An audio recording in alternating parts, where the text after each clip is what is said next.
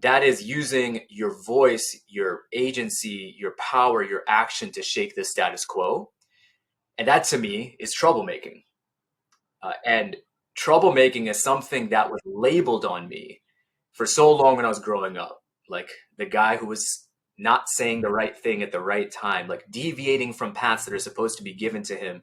You know, when you're an immigrant, you're expected to assimilate, right? Like, and especially for South Asian immigrants, be the model minority, be quiet, be docile, you know, just do a high quality job and then just stay out of the way. And that just wasn't me growing up. And that started to then manifest into purpose, where I recognized, wait a second, troublemaking, people keep labeling it as a bad thing, but you know what? I keep seeing all these instances where troublemaking is a good thing. And I saw it with my parents, where I think they were troublemakers in so many ways, where, you know, when we would challenge these different forms of authority around issues of culture, of academics, things that are happening in corporate settings, wait, these are necessary challenges that need to happen in order for improvement and progress and transformation to occur. And so that has very much been the thing that I now try to embody day in, day out, is being a troublemaker.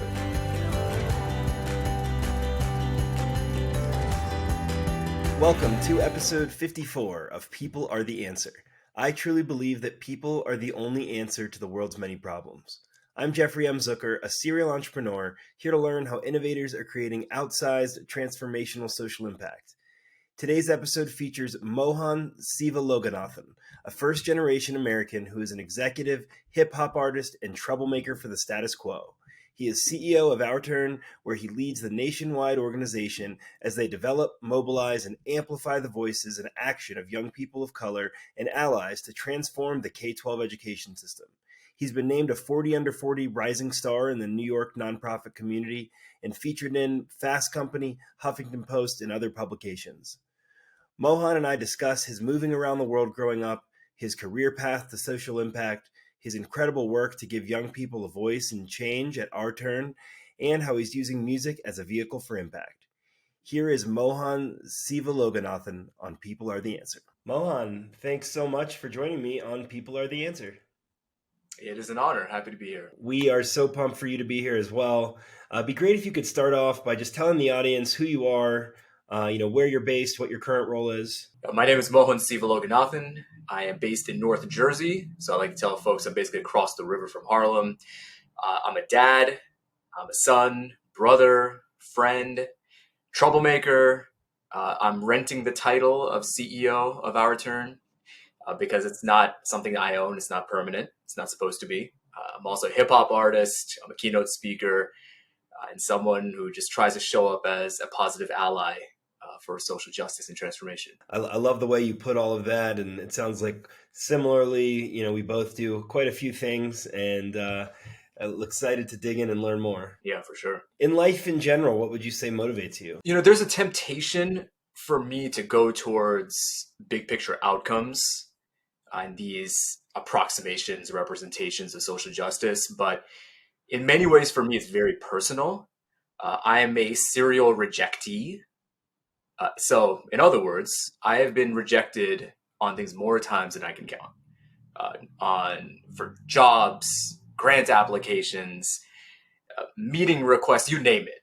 I've been declined time and time and time again. And now growing up, as that was happening, and then even in college, early in my career, oftentimes the question is, hey, is it me? Is there something wrong with me? Now, it sparked a couple of things in me. Going through those experiences so much. For one, just trying to find ways to channel all of those really just dark moments of being rejected, of being declined on things, feeling that isolation, trying to channel that into a growth mindset and just trying to find ways to get better and better every day. And so that continues to be a form of motivation for me. Another, if I zoom out, is through conversation, through study, especially being in proximity with communities of color. Myself, I'm a son of South Asian immigrants. What I started learning is, wait a second, no, it's not just me. Like there's something that's happening in our society that challenges, that is uncomfortable with folks who are different in some shape or form, who say something different, who do something different.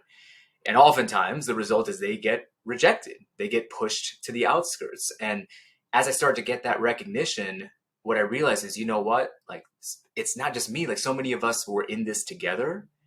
And now what motivates me is to break down some of those barriers, to get people to yes more often, to be able to open doors and open pathways so that the next person who steps through, they have a playing field that is more level, that is more even, so that they can be their full selves, so that they can get to yes, or at least they can get to how and discover possibility, as opposed to just so many of the scars that literally I continue to carry today. I mean, I love the idea of you helping these individuals get to a yes, and that's makes so much sense, lowering these barriers.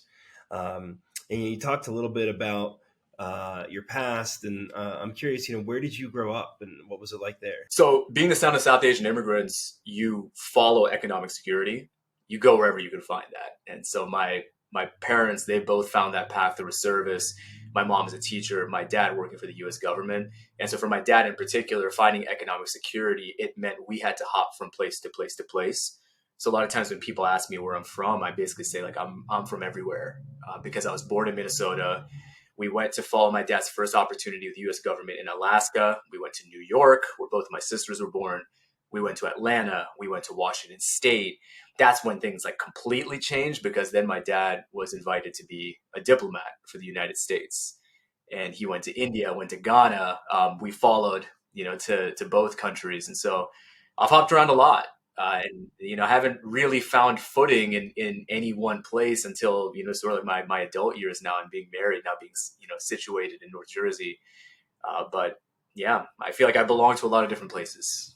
Yeah, that's really cool to hear. You got to experience so many different types of places and cultures, I'm sure. And how do you feel that has added to who you are?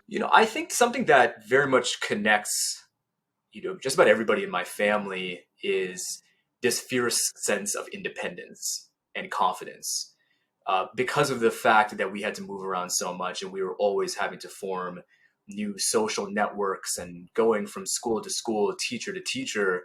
We had to learn how to rely on ourselves. Part of that was because so much of my upbringing, we didn't really have financial or economic security. We didn't have that cushion. So we just had to go and figure it out. And I think that's something that is still a part of my ethos and my fabric today, is that sense of self-actualization and determination and reliance. Now, of course, it was fortified by my parents. That was a constant throughout that journey, was no matter where we were, our parents were always active allies in our life. They were always fighting for us. They were always pushing us to be better than who we were the day before. And I think that, that type of energy, that type of support is, something that continues to fuel me today. Yeah, it makes so much sense. And I'm sure your parents have just had such amazing influence over you, and you can feel it when you talk about them, the passion. So I certainly can relate to that. And so you've mentioned being the son of Sri Lankan immigrants, and you talked about this a bit in your motivation, but I read that your search for identity in the U.S. led you to the discovery of your purpose. And again, you mentioned that a bit in motivation, but I'd like to just dig a little bit deeper into that. Yeah, absolutely. Well, if you go back to my parents' journey, they came to the country from Sri Lanka. And for the relatively few folks who know what Sri Lanka is about in the US, it's a small island country off the southern tip of India. What folks generally know about Sri Lanka is that it's a tourist destination. It's a tropical island, beautiful beaches. So, folks will visit there a lot, for sort of that kind of glossy type of life. And that's real. That's real and that's true. What's also true is that the country has been gripped by civil war for decades. The year that my dad landed his first job with the US government, there was this massive explosion of civil unrest and violence and cruelty, which would kick off a multi-decade civil war that took the lives of the UN estimated 80 to 100,000 people. So you had that happening. You've had political turmoil in Sri Lanka also for decades, for generations, so much that is almost residual effects of colonization. And a lot of this is self-perpetuated. And what that has breeded in the country, in Sri Lanka for so many people, is this feeling of helplessness. This feeling that, hey, there's nothing we can do about it. When something bad happens, well, hey, that's just Sri Lanka. You just kind of shake your head and you just hope to survive. You just hope to move on to the next day. My parents defied that, though. My parents were not ones that bought into a status quo. They were ambitious. They were aspirational. Even if they didn't know how they were going to get to a better state of life and coming to the US, they just had to go and figure it out. So they're contrarians in so many ways, and they wound up writing this story that nobody could have imagined. And that in itself, when you think about the purpose that's represented in that type of journey, and as I mentioned before, my dad becoming a diplomat, my mom is an internationally awarded teacher, that is using your voice, your agency, your power, your action to shake the status quo. And that to me is troublemaking. And troublemaking is something that was labeled on me for so long when I was growing up. Like the guy who was not saying the right thing at the right time, like deviating from paths that are supposed to be given to him. When you're an immigrant, you're expected to assimilate, right? Like, and especially for South Asian immigrants, be the model minority, be quiet, be docile, just do a high quality job and then just stay out of the way. And that just wasn't me. Growing up. And that started to then manifest into purpose, where I recognized, wait a second, troublemaking, people keep labeling it as a bad thing, but you know what? I keep seeing all these instances where troublemaking is a good thing.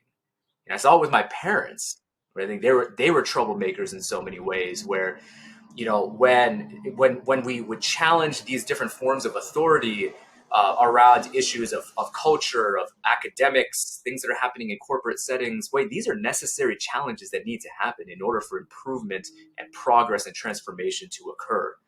And so that has very much been the thing that I now try to embody day in, day out, is being a troublemaker. Yeah, I really respect that. I love the way you've sort of taken the phrase back. And it's so true. I mean, I find just, dabbling in a variety of industries that so many of them are sort of set in their ways. This is the way things have always been done. And to have true change, like you said, you need to shake it up. And, I'm definitely going to keep that phrase in mind going forward. Yeah, absolutely. Yeah, I just, now it's just something that I find so much joy in, where, I think for so many folks, I think particularly when you come from underrepresented communities, what's ingrained in you is to identify all the things that might be different, which might be equivalent to all the things that might be wrong. And with myself, with my own community, whenever you step into a room, whenever you step into different spaces. And now I'm at a point, after going through this journey, it's taken a long time, where like, I love that. Like, I love stepping onto a stage and people look at me like, wait a second, like, what is this brown skinned guy with thick glasses doing on the microphone? And then I go and drop bars on him. Like, or they look at me a certain way when I step into a meeting with corporate leaders, wherever it might be.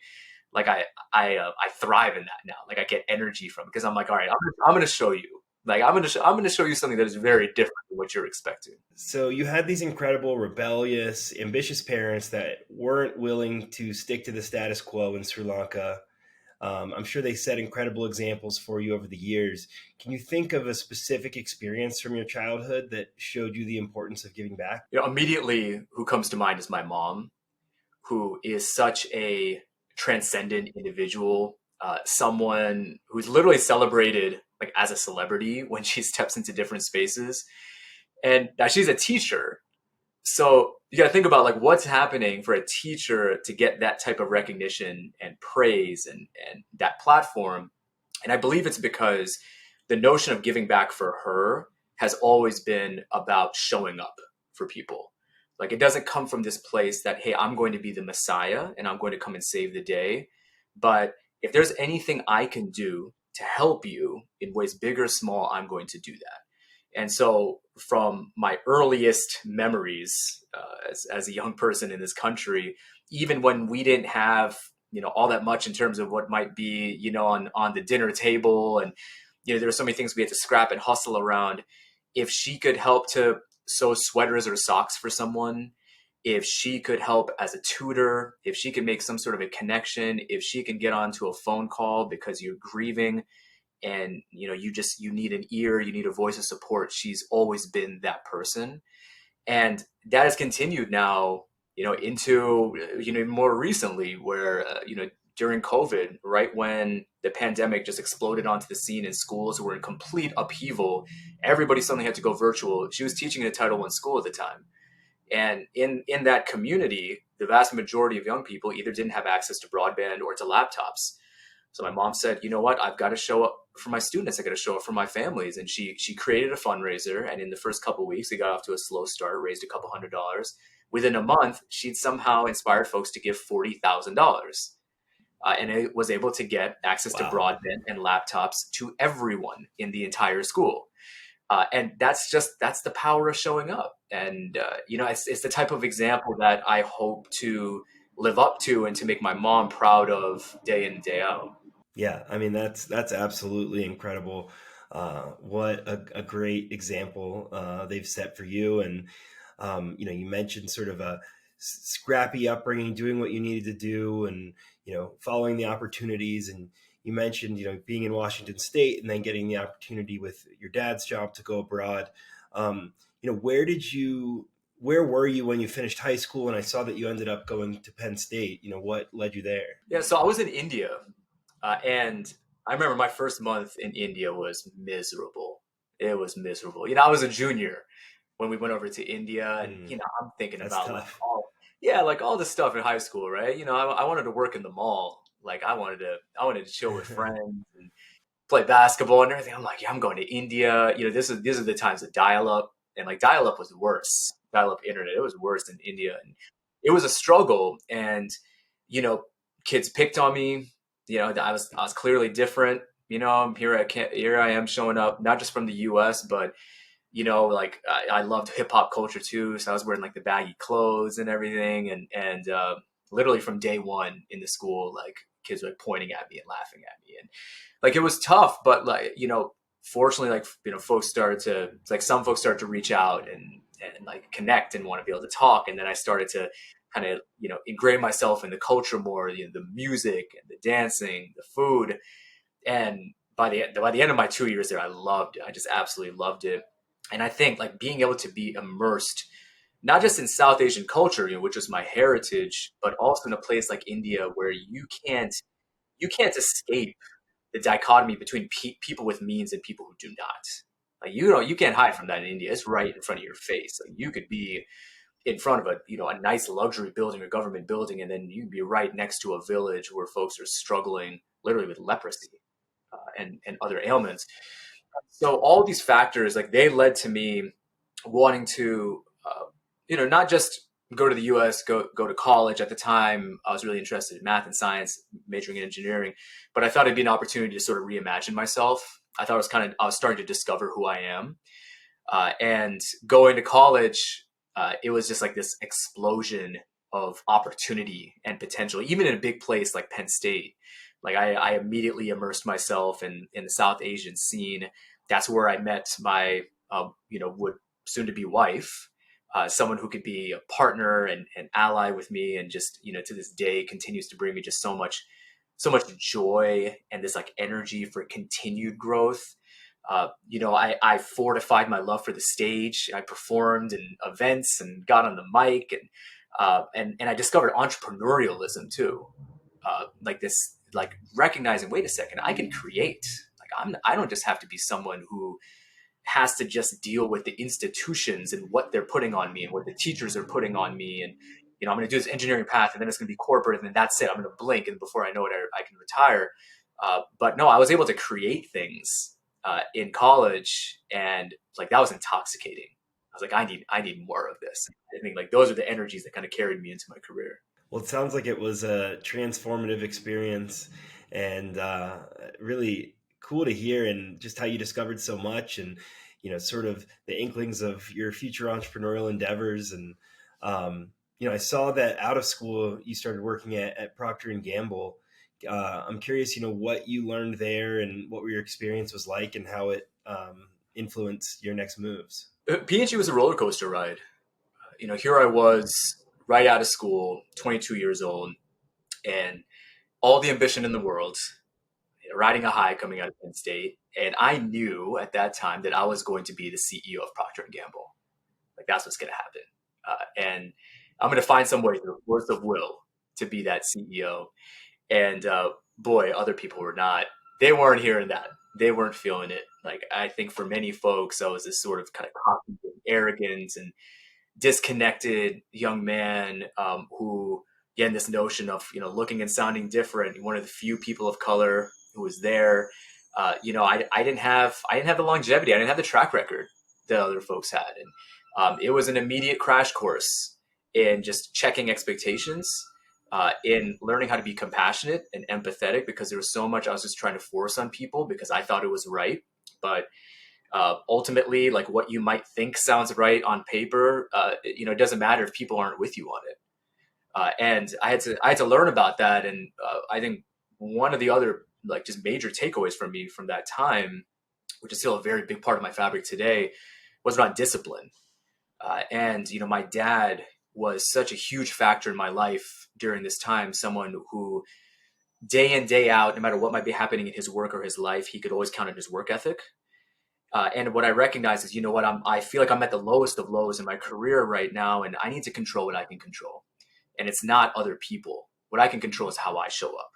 What I can control is what I'm learning, how I'm developing as a person, the knowledge that I'm going out and accessing. And that needed to be a part of literally every aspect of my life. And so I flipped a switch where, I would dial up the energy at work and try to connect with people in a more authentic way, in a way where I could just be more receptive to their ideas.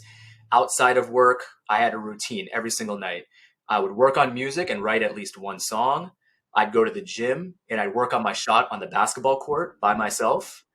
And I would work on my MBA.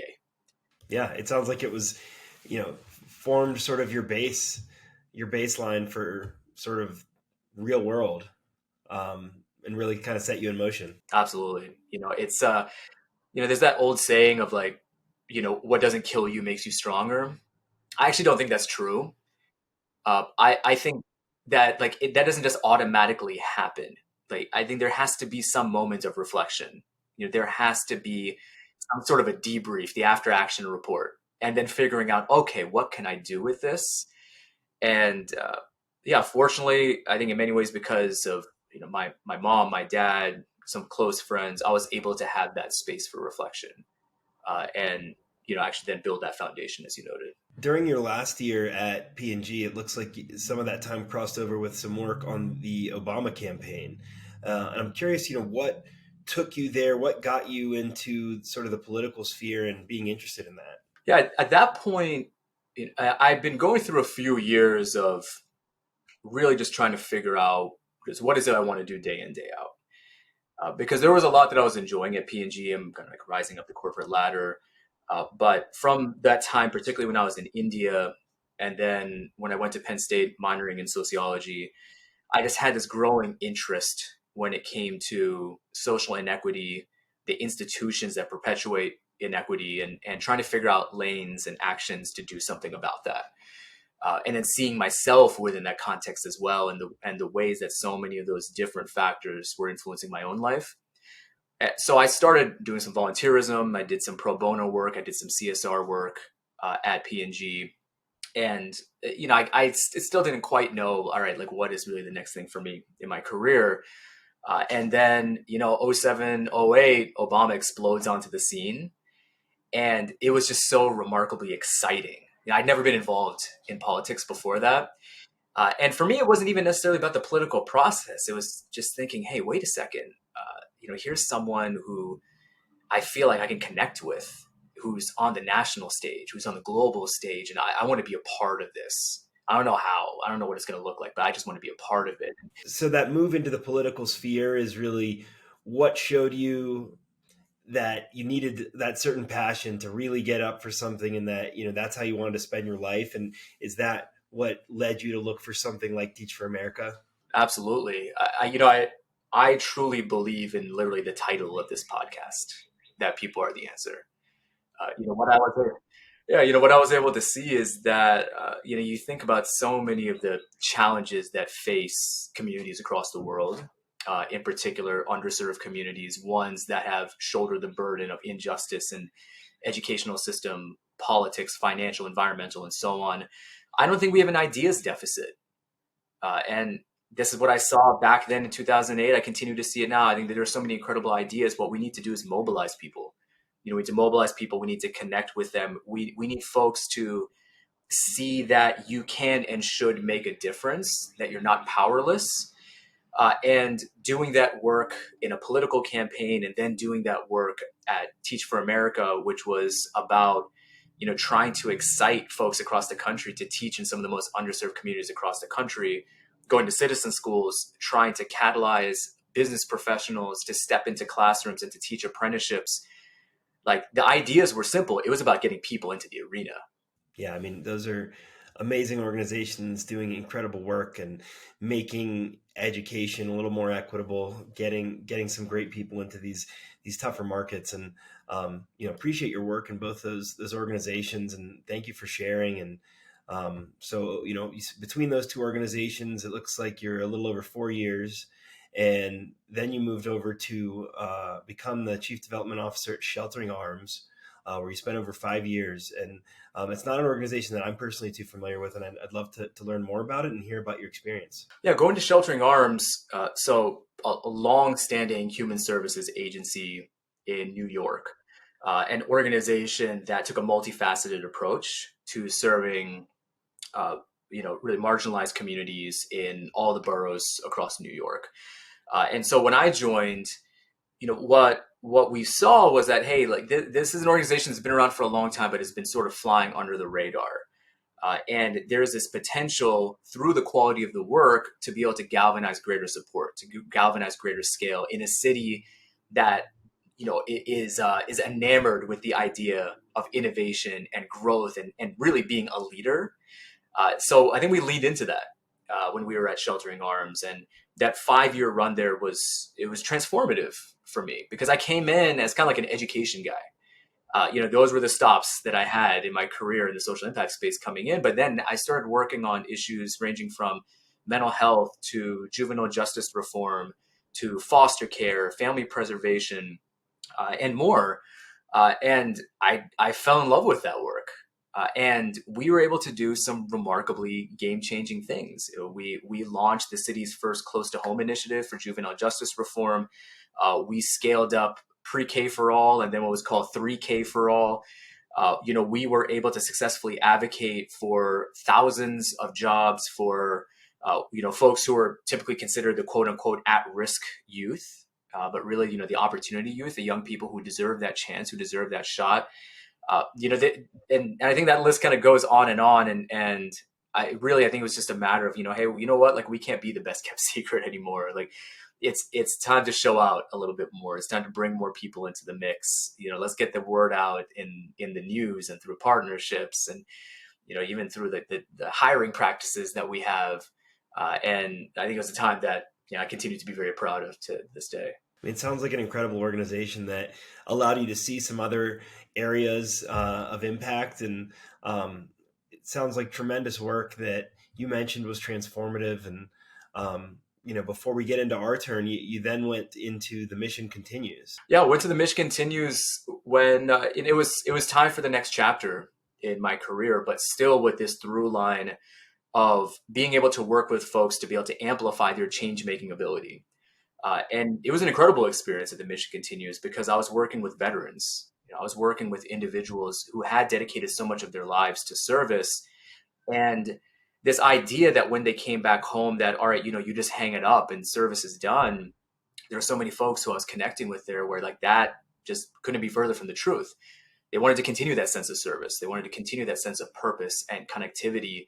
And so I had the privilege of working with veterans up and down the East Coast to come up with some incredible service efforts, which were not superficial. Like, we're talking about efforts like, for example, being able to provide humanitarian support to Puerto Rican refugees in Florida, looking out for, the LGBTQ community and homelessness. Like, it was just so remarkably diverse, but it was centered on the energy and the conviction of veterans who really wanted to be able to foster greater well-being, greater community, and impact here at home. Yeah, that's a really cool notion to think of all these veterans that have given so much time to their country. Now they're coming back and wanting to give time locally in their own country. If you're enjoying this episode, I would greatly appreciate if you could review, like, comment, or subscribe on your favorite platforms. Your engaged support goes a long way in helping the show grow and getting our impactful guests heard. Now back to the show. Well, it seems like, throughout these years, you built up this incredible base of knowledge and experience, and now you've started OurTurn, which I'd love to just, hear what it is and what sort of took you that route. So OurTurn is centered on a fairly fundamental question, which is, when is the first time you realized you have the power to shape your future? So what we do at OurTurn is we lift the agency of young people to shape an education system where all students can thrive. Now, unfortunately, for so many young people, that discovery doesn't happen until high school or college or even much later. For many young people at OurTurn, the first time they discover that power and that capability is literally working with OurTurn and working on an organizing campaign or an advocacy effort where they are elevating their experiences in the education system to decision makers. They are building coalitions around those experiences and stories and demands, and then actually working to bring them to life and bring them to fruition. I think so often in the education system, folks get really fixated on the end results, the outcomes, the policies, and don't really think about everything that leads you up to that point.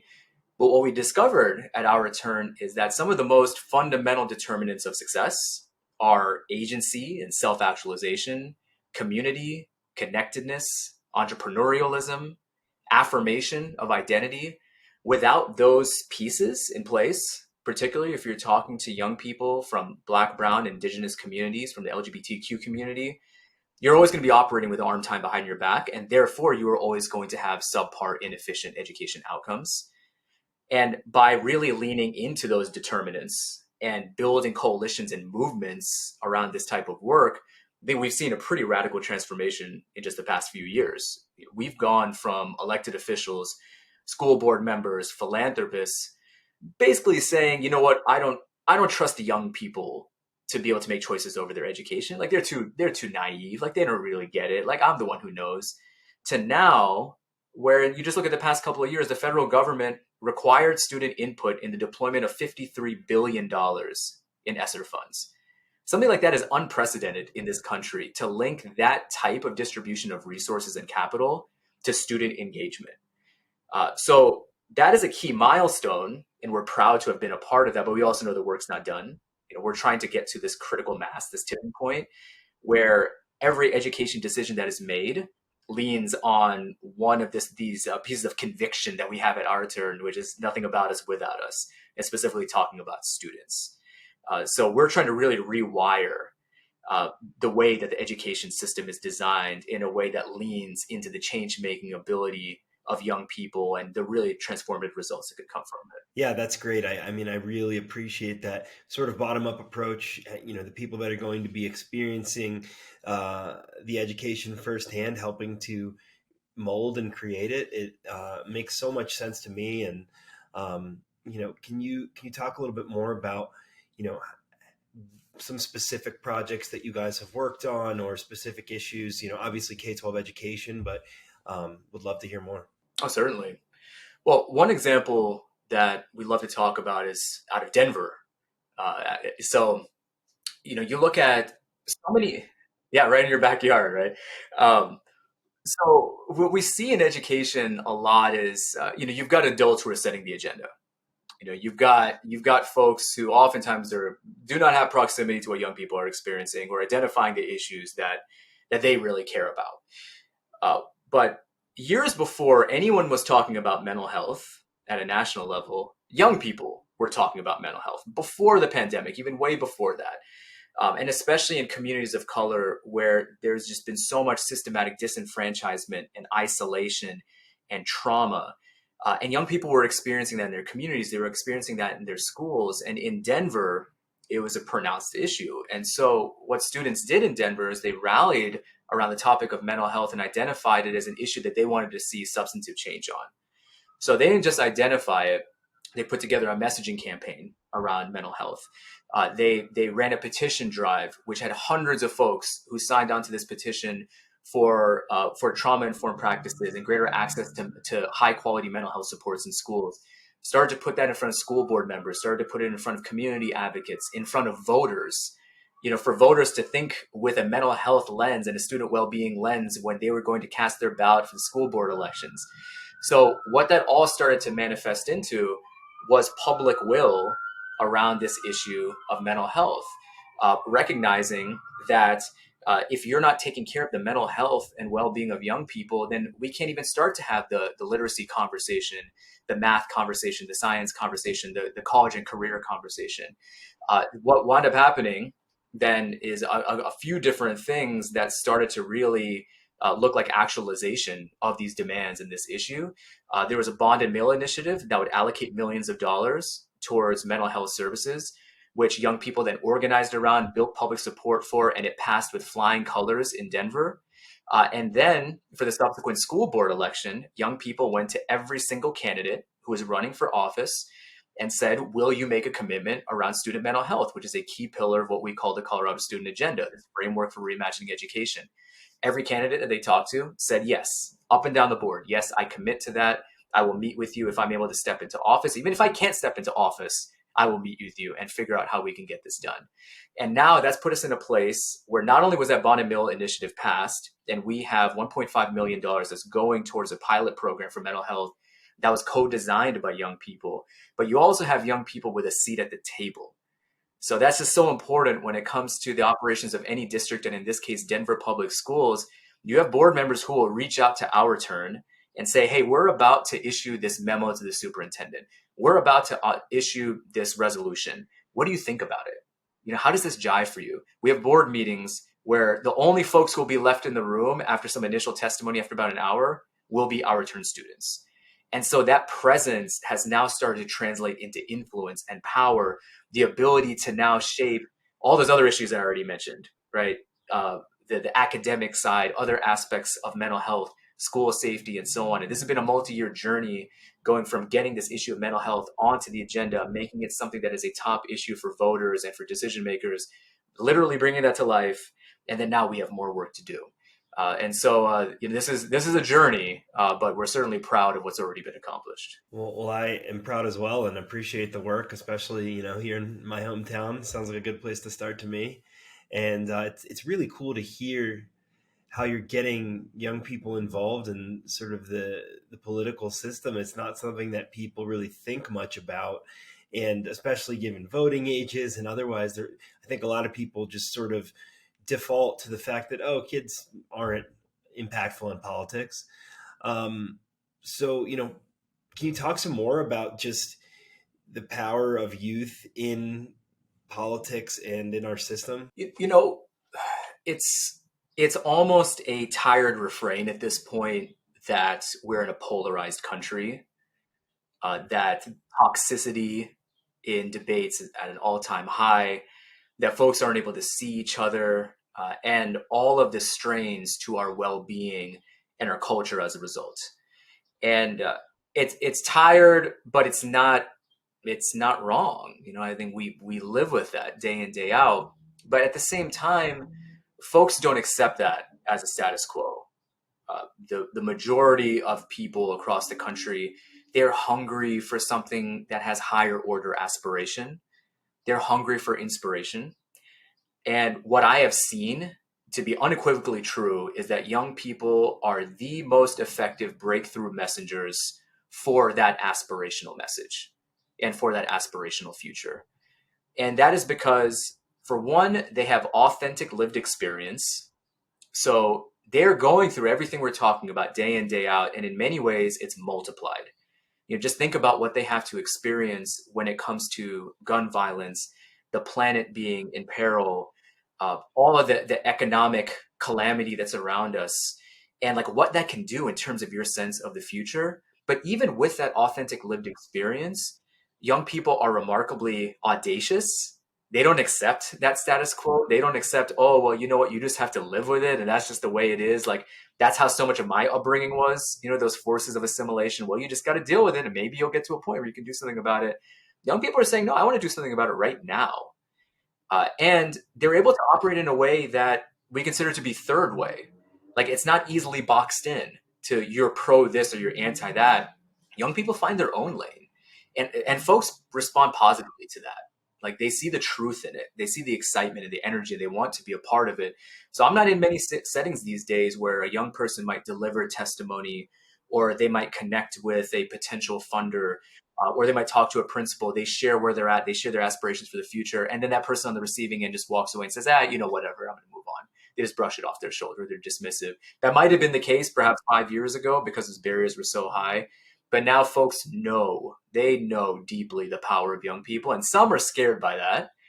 But I think we're trying to find the allies who are maybe even leaning into the discomfort, but they're trying to get on the right side of history, and that's where young people are. Yeah, and I mean, it's really sad to think of some of the things that young people have to have on their mind these days, but it's great to see that is resulting in action. And I think that the powers that be in politics, they see that they're getting involved, and that's inspiring. They can look at a young person and see the potential that they have ahead of them, and like you said, that makes people want to be engaged. I think that's incredibly powerful. And I'm curious, when you refer to young people, what ages are these people that are getting involved? I mean, I'm sure it ranges, but I'm really curious. So at OurTurn, we work with high schoolers and college students. That is our core base, so to speak. But if you look at change making across the country, you see it happening in elementary schools. You see elementary schoolers who are creating anti-bullying programs. You see it in middle school. You see it in high school. So for us, we're generally looking at about 14 to 24, you could say. But I think you see a pretty broad range of the type of transcendent change making that I'm describing here. Yeah, it's really inspiring to hear that people of that age are getting involved. And myself, I have two very young sons, and part of it like pains me to think about when they do sort of get past that level of innocence and realize some of the things they're going to have to deal with in the world. Breaks my heart a little bit, but it also is exciting to me that they'll, hopefully have some peers that are setting an example of getting involved. I think that's so important. And, I read in some of my research for this that you mentioned that fatherhood's made you a better CEO. Oh, absolutely. Absolutely.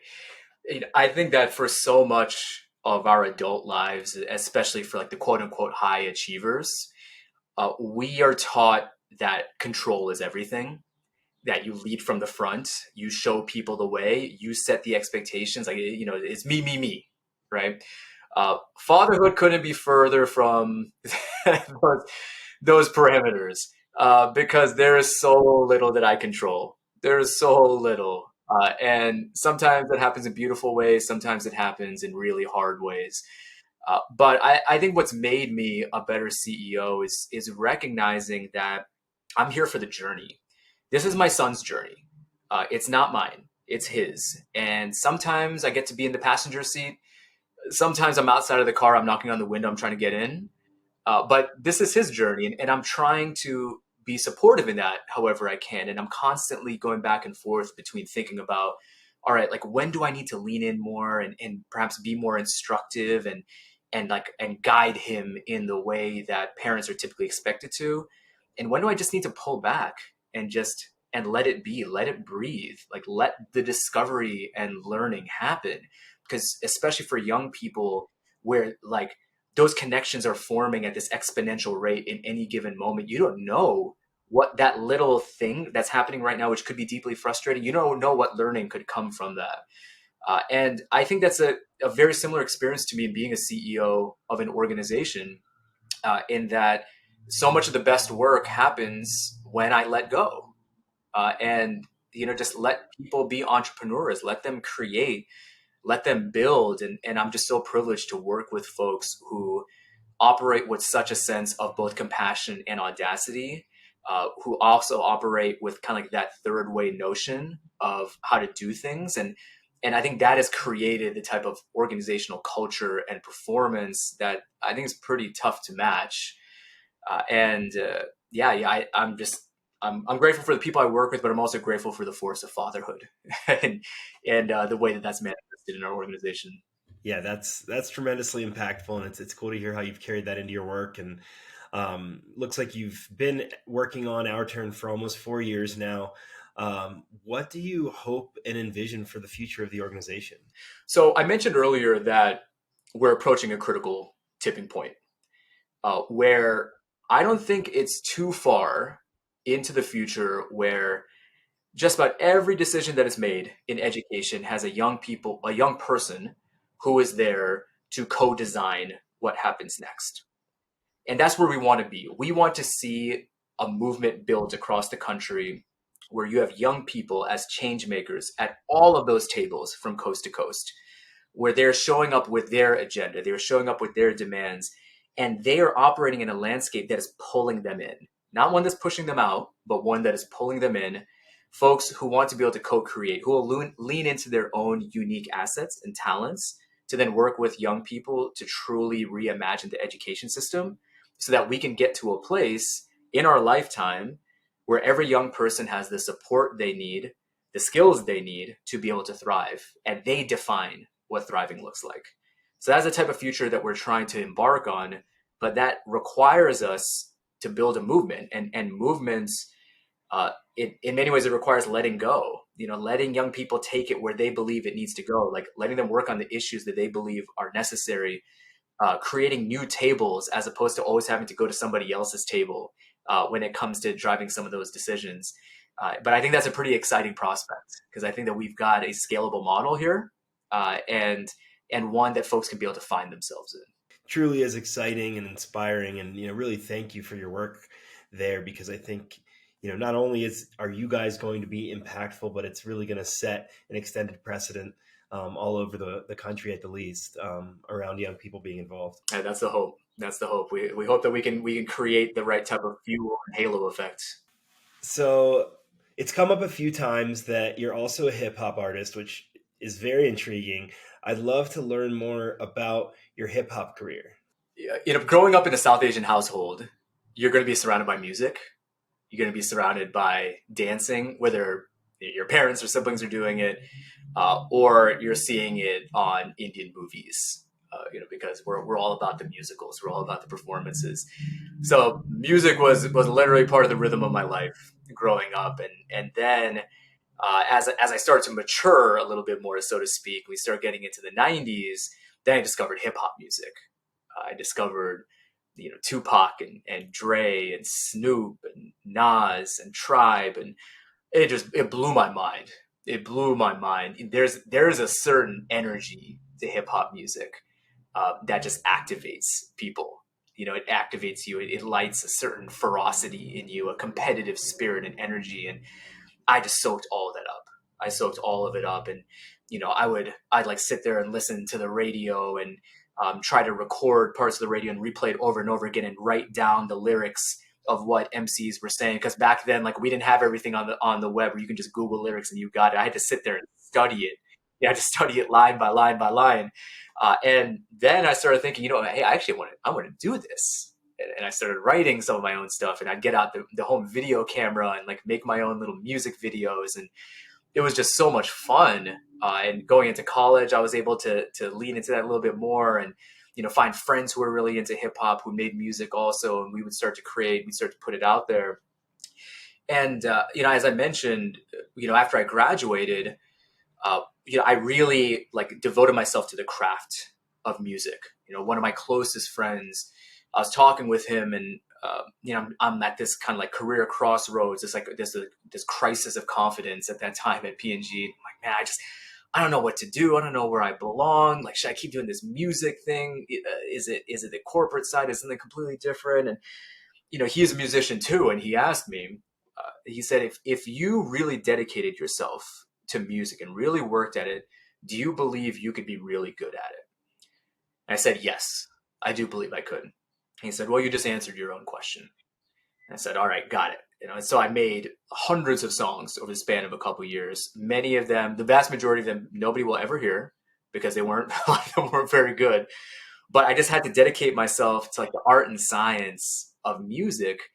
And it was shortly after that, as I started then build my confidence as an artist, I started doing shows like mainly across New York City, and really just started to tear up some of the showcases, like just absolutely crushing it. Where I realized, wait a second, like I'm also on this journey with social impact. And that was a place where I was thriving, with Teach for America, with Citizen Schools, with Sheltering Arms, and I was like, yeah, I want more. Like I want to be louder. I want to reach more people. And hip hop is one of the most powerful ways to do that. And so what if I wasn't just doing hip hop? What if I was doing Troublemaker hip hop?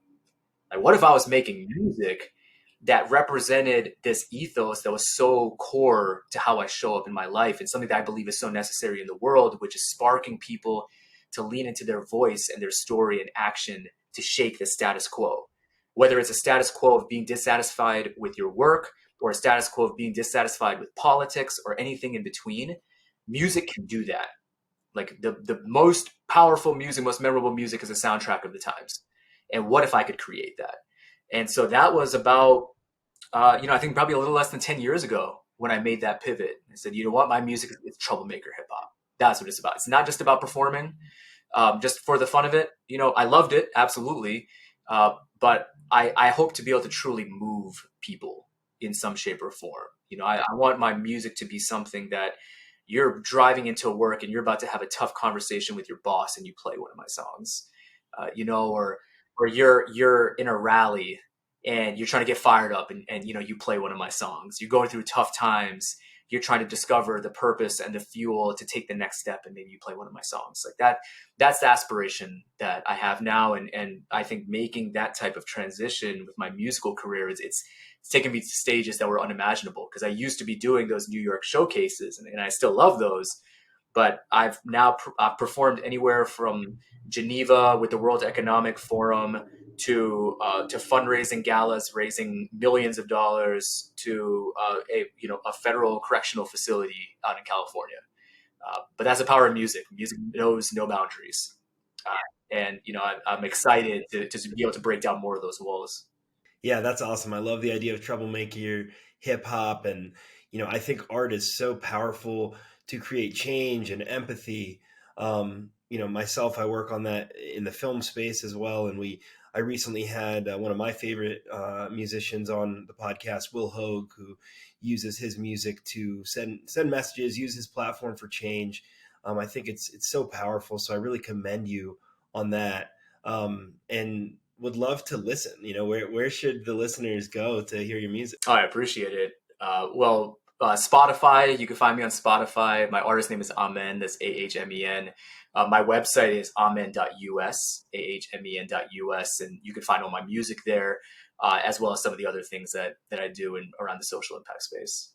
Awesome. And where does the name come from? I mean, it makes me think of like Amen at the end of a prayer. Is that where that comes from? Or yeah, that's there's sort of a double entendre there.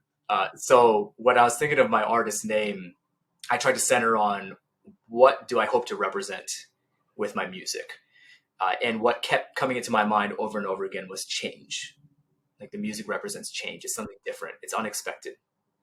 You may like it, you may not like it, but it's definitely going to be different. I guarantee you that. So I started thinking about, all right, like what are different ways to say change?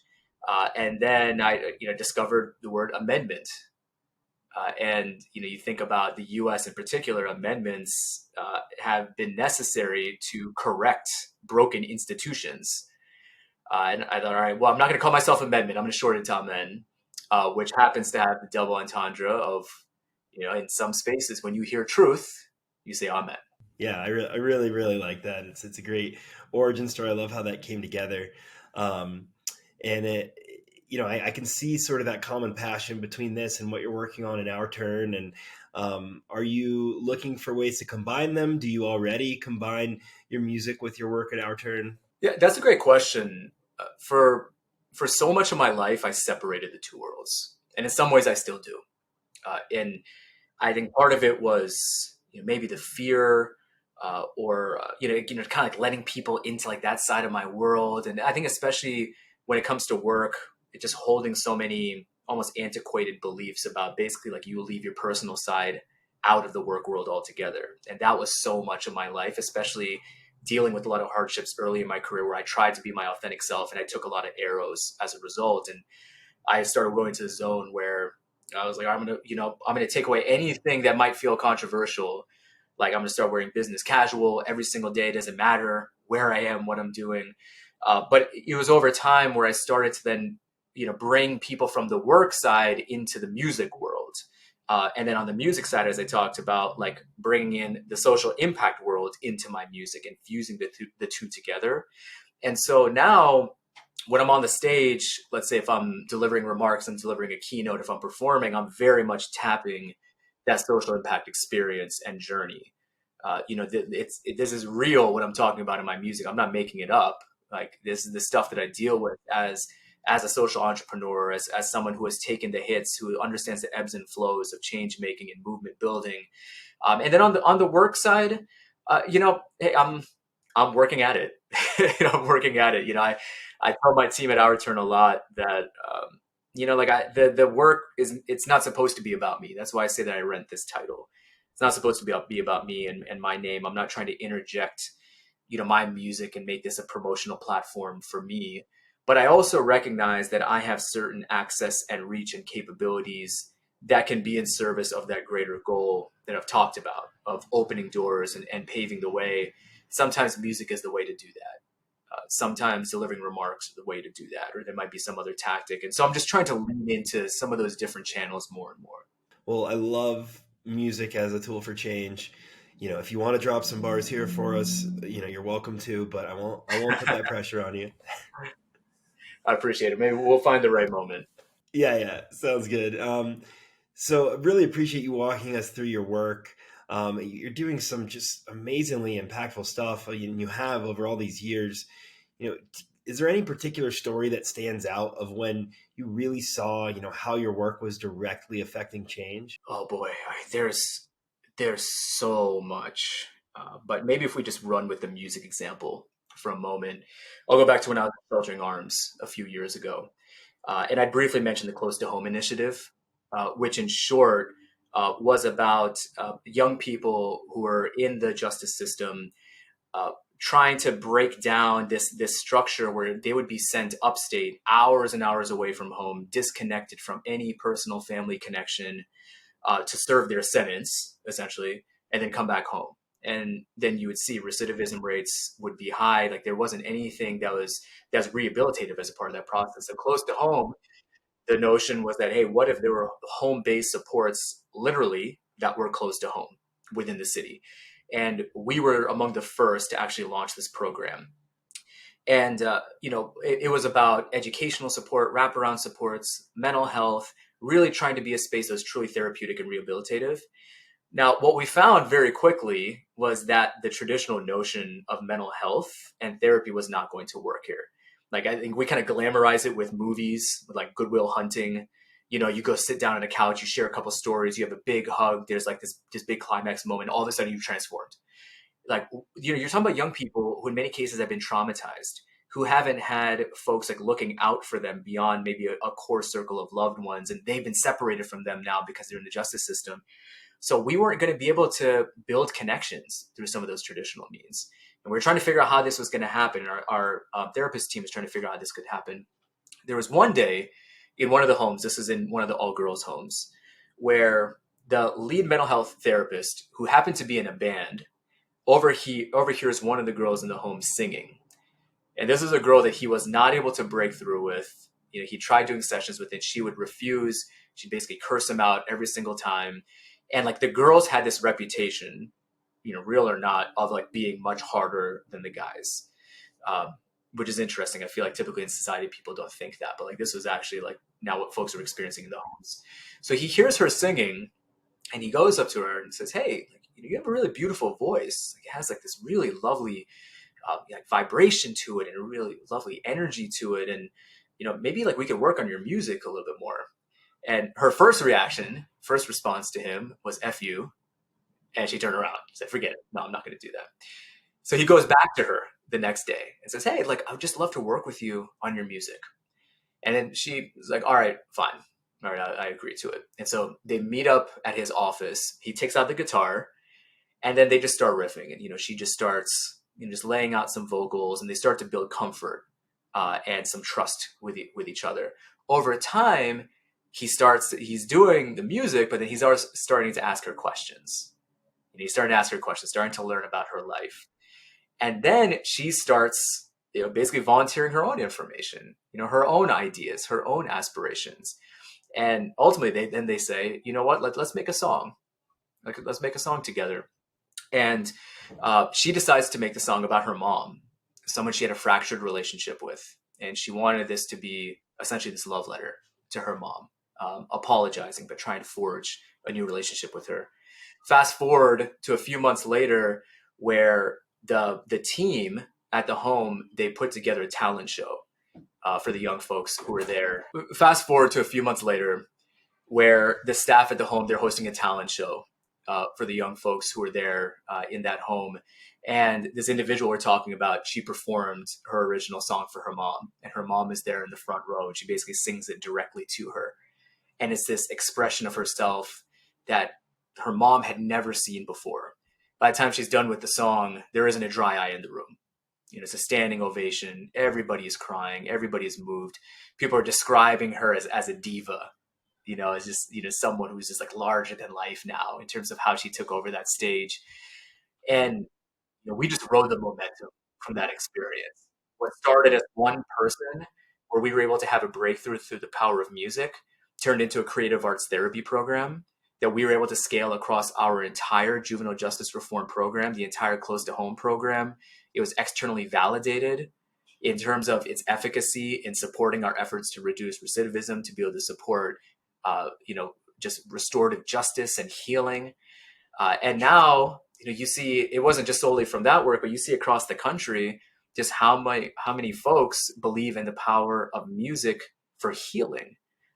And that only happens when you're willing to suspend some of the old mindsets or institutionalized or colonized thoughts on what it takes to be able to drive transformation, and the feeling that, I might have all the answers because it's what we've always done for the past 30 years or 50 years.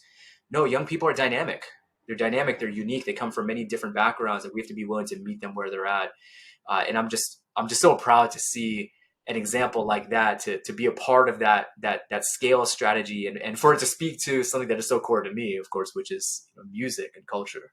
Yeah, thank you so much for sharing that story. It's really powerful, and just especially hit me. Sometimes people that need help aren't necessarily open to it initially, and you have to find thoughtful, right ways to connect that make sense for both of you. Oh, 100%. So over this career that you've built, has there been anyone in particular that you've considered a mentor? Well, I'm fortunate in being surrounded by so many compassionate and supportive and achieving groundbreaking individuals. That notion that you are essentially the product or the sum of the people that you spend your most time with, I believe that's absolutely true. And I'm blessed in many ways because of the family members, the friends that surround me. And, one person I think about is one of my closest friends, someone who's a brother to me through and through, who has been there with me through some of my toughest times, like literally toughest times, like when I lost my dad, all coming up on 2 years ago, to some of the highs, marriage and birth of my son, and professional achievements. And he's always been someone who's been able to help me to cut through the noise. And I've talked a little bit about this journey in my career of discovery and discovery of my identity as well. And I remember one conversation I had with him where also, I'm in this place where I'm trying to figure out, all right, what's next? What am I supposed to do? I don't know. I'm feeling these pressures from all these different directions. And, he said something that was really eye-opening to me. He said, those moments where maybe you feel like you're daydreaming and there's something in the back of your head that feels energizing and it kind of makes you feel warm and excited. What is that? What is that thing? He said, oh, it's experiences like, organizing with political activists with the Obama campaign. It's being on the stage and performing music. It's just working at getting better at things ranging from basketball to being a leader in professional settings. Like those are the things that kind of go through my mind. He said, all right, that's what you're supposed to do. Like your mind is telling you. Your mind is telling you, like, don't pay attention to all the other stuff that's around you. Like, And that's just one of many gems that, this individual has imparted on me through the years. He gave me a book on Zen Buddhism during a time when I was saying that I'm going to be a P&G CEO. And like, it just completely changed my mindset, when it came to just like this notion of being in the present and being mindful, and discovering equanimity, which I think is something that, folks will describe me with from time to time, but it's also something that I'm still trying to pursue day in, day out. So yeah, I think this person I'm talking about, I think if he listens, he knows who he is. And I'm grateful to have him in my life, as well as many others who I consider to be, friends, mentors, coaches, advisors, allies. Well, yeah, thanks so much for sharing that. Certainly sounds impactful. And if you'd like, this is the point of the podcast where you can ask me a question. Yeah, absolutely. I feel like there's so many things that I could ask you about. Like maybe we have to record another episode sometime where we can just completely flip the script. But I'll go back to a question that I posed in talking about OurTurn, and I'm curious, like, when did you discover your power to shape your future? Yeah, that's a really good question. I was kind of thinking about that a little bit when you mentioned it, and the power to shape my future. I mean, I grew up with parents that were very involved in the community, and doing a lot of philanthropy and volunteering. And so I think I saw early the ability to affect change directly. And I was always kind of a go-getter around things that I really wanted to make happen. But in terms of like, when I realized I could sort of establish my own future, probably like mid-college, maybe. Unfortunately, that's when my father passed away, was 2008. And I think that probably, just sort of changed my mindset around a lot of things and set me in a new path, and led me to try to take a little more control of my future. Yeah, thanks for sharing, and sorry to hear about that loss during a formative part of your life, and hope that you're able to find pride in how you're kind of carrying the legacy forward. Yeah, thank you. I appreciate it. Certainly always trying to fill the incredible shoes of my parents. And, you mentioned your parents being immigrants. All four of my grandparents are from Poland. My dad was born in Israel. So, similarly, just trying to do their efforts justice to put me in this position, and, appreciate the recognition. Yeah, absolutely. So if everything were to end tomorrow, that can mean to you what you want it to. What would you be most proud of? I love this question. Well, I'll go back to your invitation to drop some bars, because there's a song that I wrote recently, which will be on my upcoming album, that comes to mind immediately. So I wasn't given a story, I wrote it. I wasn't given a status, I chose it. My father gave me his glory, and I hold it. Said that nothing is given, now I quote it. So with those bars, what I'm getting at is nothing was destined for me in where I am right now. Nothing was destined for my parents. They designed this journey themselves, and it's still being created to this day. This journey, this story, these new chapters.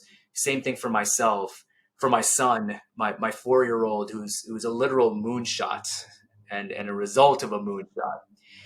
And if it were to all end, hopefully not for the entire world, let's say if it were to end for me in terms of my time on the planet, what I would hope people would say is, for one, that this design that I embarked on, this story I embarked on, it was marked by me squeezing every ounce of capability and potential and opportunity out of myself.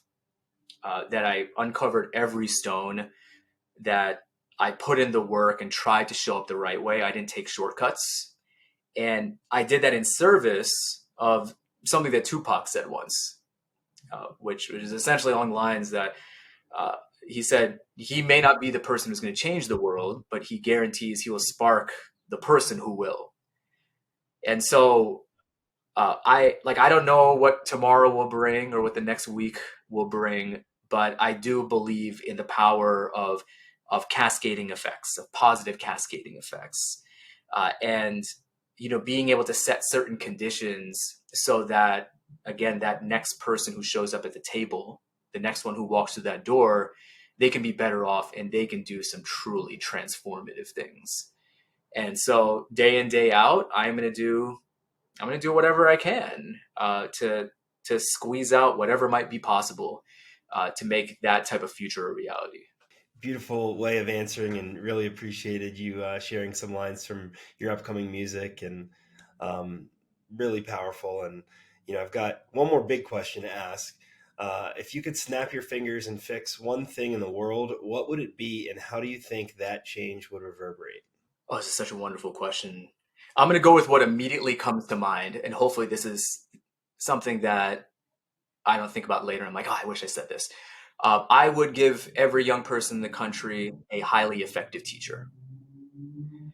And so someone who is well-trained, culturally competent, who sets high expectations, who is deeply supportive, because young people deserve that. They deserve that type of support. There are far too many folks who do not discover that type of teacher ever, or it's too late.